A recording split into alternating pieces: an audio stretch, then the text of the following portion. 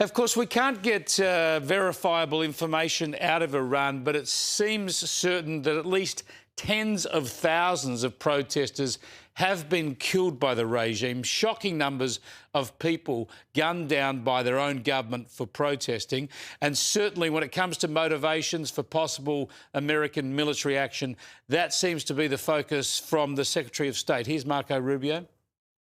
Protests may have ebbed, but they will spark up again in the future because this regime, unless they are willing to change and or leave, have no way of addressing the legitimate and consistent complaints of the people of Iran who deserve better. Look, while under Donald Trump, the US military took decisive action against the nuclear program last year, also the evilness, if you like, of this regime, both against its own people and the terrorism it's sponsored around the world, especially against Israel, has been talked about and known by Western countries for so long. Would Trump really take military action to try and turn things around?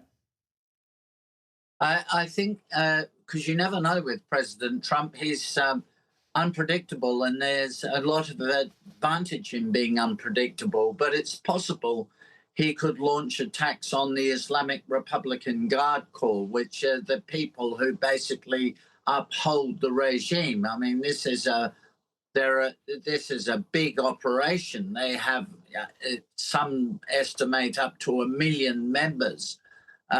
But they are the basic military support for the regime. So I think the Trump administration could launch attacks on their various bases and headquarters. They could do, but they obviously want to keep pressure on the regime. Ayatollah Khamenei has apparently, the supreme leader, has apparently gone into hiding somewhere. Nobody seems to know where he is, though you'd expect the Israelis might know.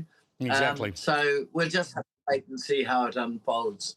And let's remember that this action and these threats and the moving of these military assets is likely saving innocent Iranian lives as we speak. It's likely keeping Iran back from killing its own people. This is what the Iranian Foreign Minister Abbas Araghchi says. He says our brave armed forces are prepared with their fingers on the trigger to immediately and powerfully respond to any aggression against our beloved land, air and sea. So that's the sort of the defiance you get from Iran. We will see what unfolds there.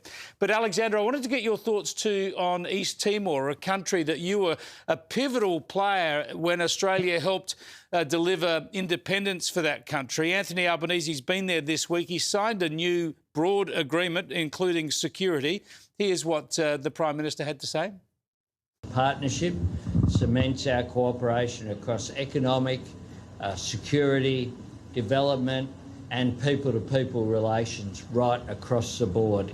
Supporting our partners along the journey of economic development and resilience is so important for securing opportunities for the entire region. Now, East Timor's never really had a better friend than Australia. Has anything changed under this agreement? No, this is just a continuation of our relationship with East Timor. They are not very easy people to deal with, to tell you the truth, but nevertheless, we don't want East Timor to fall under the influence of China. And so the Prime Minister's visit there is very timely, and the security agreement with them is entirely appropriate. So I'm glad it's all sort of going reasonably well, but it's not a country that has been very well run. But we delivered back in 1999. We delivered their nationhood to them. Australia has been absolutely pivotal in supporting the new East Timor. So it's nice for them occasionally to reciprocate the compliment, because most of the time they just criticise us. Indeed. All right, Alexander, good to catch up with you again. We'll see you in Sydney next week. We'll catch up with you in person.